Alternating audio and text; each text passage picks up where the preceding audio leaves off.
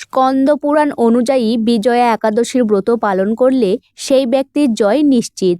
পুরাণের কথা, দেবর্ষি নারদের সঙ্গে পিতামহ ব্রহ্মার একসময় কথোপকথনে নারদের জিজ্ঞাসার উত্তরে পিতামহ এই বিজয়া একাদশীর কথা উল্লেখ করেছিলেন। মর্যাদা পুরুষোত্তম স্বয়ং এই একাদশী পালন করেছিলেন। পুরাকালে শ্রীরামচন্দ্র সীতার লক্ষণসহ 14 বছরের জন্য পঞ্চবটী বনে বাস করতেন।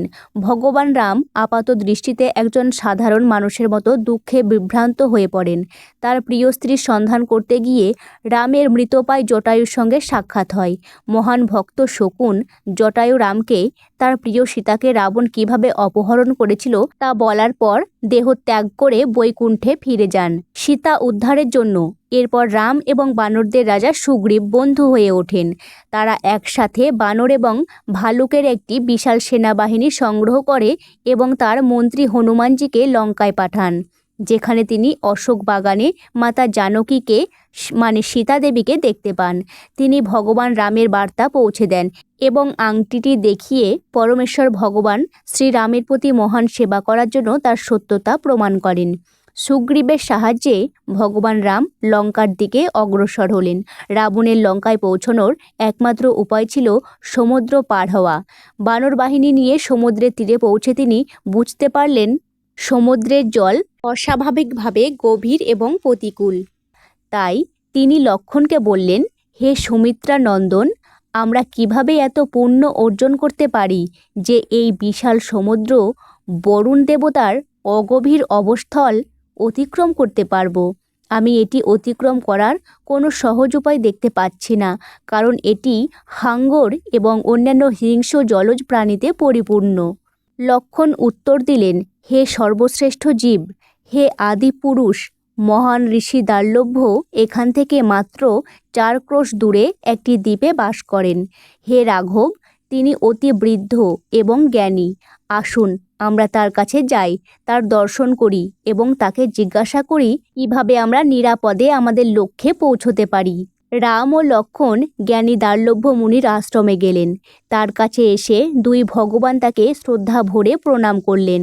দার্লভ্য তৎক্ষণাৎ বুঝতে পারলেন যে শ্রীরাম আসলে পরমেশ্বর ভগবান, যিনি তার নিজের কারণেই পৃথিবীতে আবির্ভূত হয়েছিলেন এবং একজন মানুষের মতো আচরণ করছেন। দার্লভ্য বললেন, হে মনুষ্য সেরা, তুমি আমার আশ্রমে কেন এসেছ?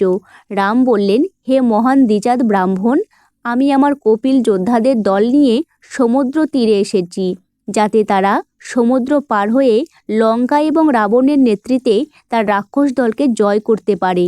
হে শ্রেষ্ঠ ঋষি, দয়া করে আমার প্রতি করুণা করুন এবং বলুন কিভাবে আমি এই বিশাল সমুদ্র পার হতে পারি। সেই জন্যই আমি আজ আপনার আশ্রমে এসেছি।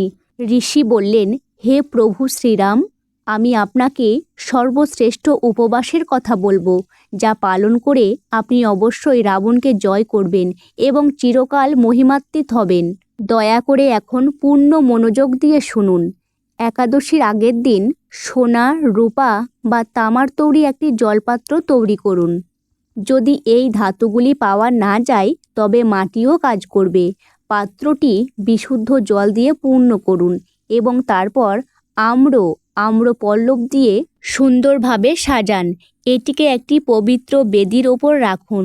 সকালে স্নান করুন।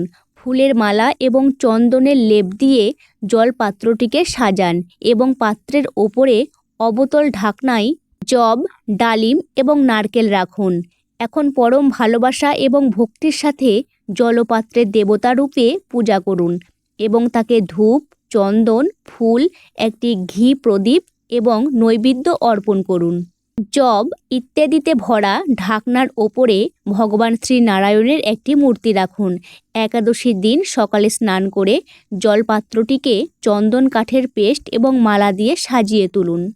ঘটের ওপর সপ্তধান্য ও জব রাখার পরামর্শ দেন ঋষি।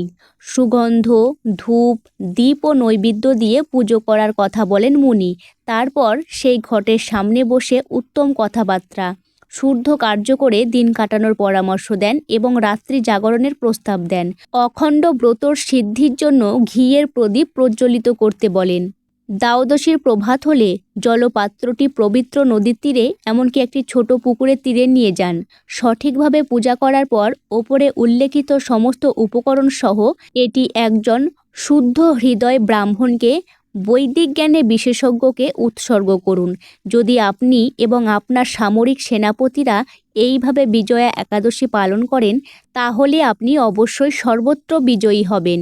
পরমেশ্বর ভগবান শ্রীরামচন্দ্র দার্লভ্য মুনির নির্দেশ অনুসারেই কাজ করেছিলেন এবং এইভাবে তিনি সমস্ত আসুরিক শক্তিকে জয় করেছিলেন। একইভাবে যে কেউ এইভাবে বিজয়া একাদশী পালন করবে সে এই নশ্বর জগতে সর্বদা বিজয়ী হবে এবং এই পৃথিবী ত্যাগ করার পর সে চিরকাল বৈকুণ্ঠ নামে পরিচিত ঈশ্বরের রাজ্যের উদ্বেগমুক্ত রাজ্যে বাস করবে। হে নারদ, আমার পুত্র, এই ইতিহাস থেকে তুমি বুঝতে পারছো কেন এই একাদশীর উপবাস যথাযথভাবে পালন করা উচিত। নিয়মকানুন কঠোরভাবে অনুসরণ করে এই উপবাস মানুষের সমস্ত পাপ এমনকি অশ্বমেধ যজ্ঞের সমান পুণ্য অর্জন করা সম্ভব এই ব্রত করে। এভাবেই স্কন্দপুরাণ থেকে ফাল্গুন কৃষ্ণ একাদশী বা বিজয়া একাদশীর মহিমার বর্ণনা শেষ হয়।